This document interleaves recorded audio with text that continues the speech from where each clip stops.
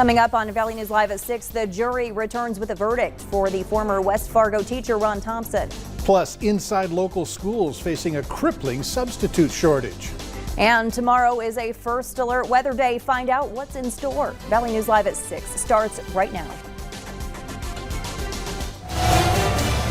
This is Valley News Live at 6. Good evening, everyone. A jury has handed down a guilty verdict for Ron Thompson today. This comes nearly 2 years after the former West Fargo High School computer science teacher had inappropriate conversations with who he believed was a 14-year-old Florida girl. 59-year-old Ronald Thompson faces up to 10 years in prison, but he will remain out on bond during a pre-sentence investigation. Very grateful for the verdict that the jury gave in this case. It's been hard fought on both sides for a couple of days, and no doubt a lot of anxious moments, but we're pleased with how things turned out. Thompson's attorney had told the jury Thompson had been going on chat rooms for more than 10 years due to marital problems. And while the conversations were morally wrong, they were not illegal. Well, tomorrow is a first alert weather day, and it sounds like we're expecting a freeze, maybe a big freeze overnight. Hutch is here to share the chilling details. Indeed, Mike, thank you very much, and good evening, everyone. Here in the 6 o'clock hour, we are not too bad. We're starting to see some clearing skies out to the west. We have clouds elsewhere. We have a first alert weather day for your Saturday, and we are expecting widespread frost, and many of us could even see freezing conditions. Here's what you need to do to prepare. First and foremost, have the plan ready for your plants or vegetables, whether you cover them or bring them in. It's going to be a good idea tonight. You may want to disconnect those garden hoses as well from the outside faucets. And find that frost scraper for your car, as temperatures are going to be on the chilly side. Here's a look at the freeze warning. Most of our counties are included in that.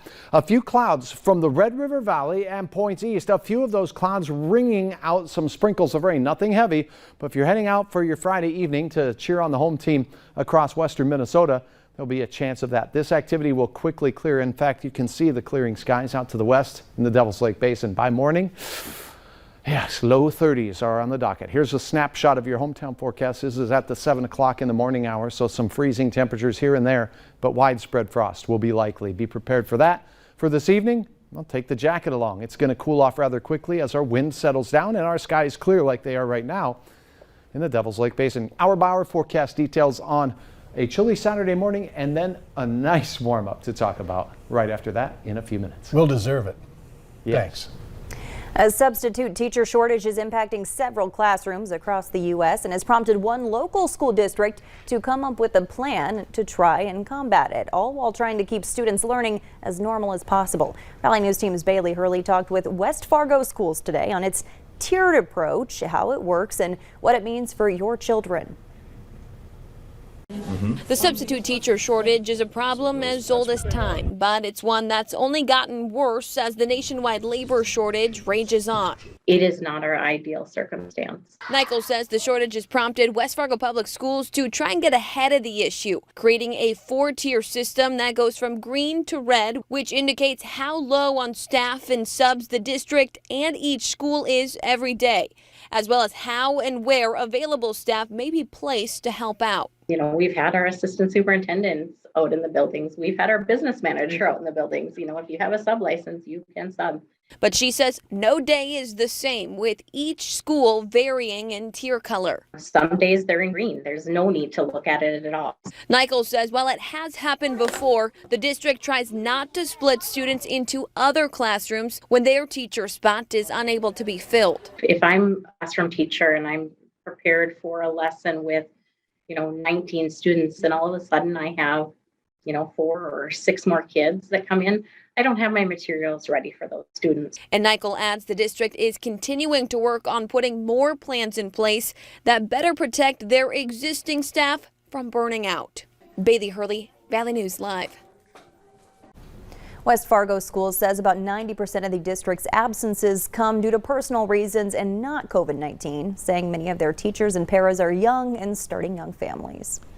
Your paycheck won't buy as much as it once did as prices continue to increase on just about everything. And with the holidays quickly approaching, local financial experts say you might want to start your Christmas shopping before Black Friday. I'm probably going to start to do my Christmas shopping early because there's a very real possibility that I might not be able to get what I want. The reason? Worldwide supply chain disruptions and labor shortages are putting a strain on goods. With the added demand of the holidays, you may not exactly get what you want by Christmas. A sex offender is facing new charges after police say he walked into a random home and wouldn't leave. Authorities say it happened Wednesday afternoon. Daniel Grinder, they say, walked into a home in the 1500 block of 10th Street North. Court documents say a woman came out of her bathroom to find Grinder playing with her dogs. She told him to leave.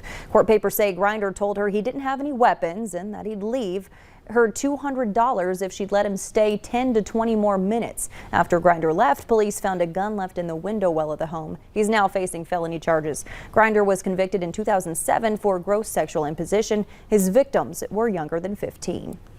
This year is already the deadliest boating season in 16 years in Minnesota. 17 people losing their lives in boating-related drownings and crashes. 16 of those were not wearing life jackets when they went into the water. You know, our nights are getting cold, the days are getting colder, and obviously the water is getting colder. If you fall in this time of year when you're not expecting it, it makes it really, really difficult to swim, to kind of keep your composure. And so a life jacket gives you time to kind of evaluate the situation and hopefully get out of that situation alive. And the DNR is recommending that you wear a life jacket, saying foam life jackets work better during the cold water season. Have a way to communicate if you need help and let someone know where you're going. Watch the weather to avoid storms and wear an engine cutoff device if the boat equipped has one. More than 200 COVID patients are hospitalized in North Dakota, and just 8 counties across the state have ICU beds available. That's the latest from the North Dakota Health Department. There's only one pediatric ICU bed available in the whole state, and that's in Cass County. Health officials are urging people to take precautions to stay out of the hospital.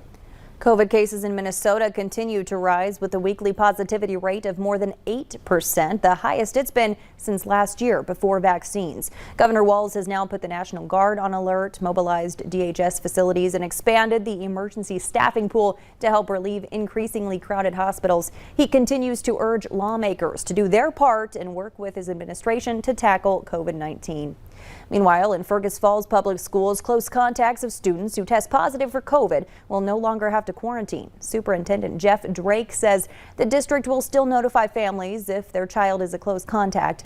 Last year, they routinely quarantined entire classrooms when a positive case was determined, but Superintendent Drake says they discovered few of those students ever got COVID. School won't be back to normal for Wahpeton students for another year. The Wahpeton School Board voting to approve a roof replacement and repairs for Zimmerman Elementary School. The school found mold in kindergarten classrooms at the start of this school year. The superintendent there, Rick Jacobson, said that work should start within the next week on the $1.7 million project. Zimmerman students will continue to learn in the Wahpeton Elementary School for the remainder of the year, but Jacobson said Zimmerman Elementary should be open for school next August. And some exciting news today. The Federal Communications Commission granted Valley News Live the ability to crank up the power on our transmission. That means we're now operating at double the power in an effort to better broadcast to you. Later on Valley News Live at 6, someone should shut the door because it's snowing indoors. Detailed on this planned event. And it's not snowing in the studio, and it won't be snowing outdoors. But this morning, before the 1 a.m. hour, we did see some 30s here in the Southern Valley. Whew, a little chilly. We warmed it up to near 50, but some mighty cold temperatures are expected overnight. It's a first alert weather day for your Saturday morning. Details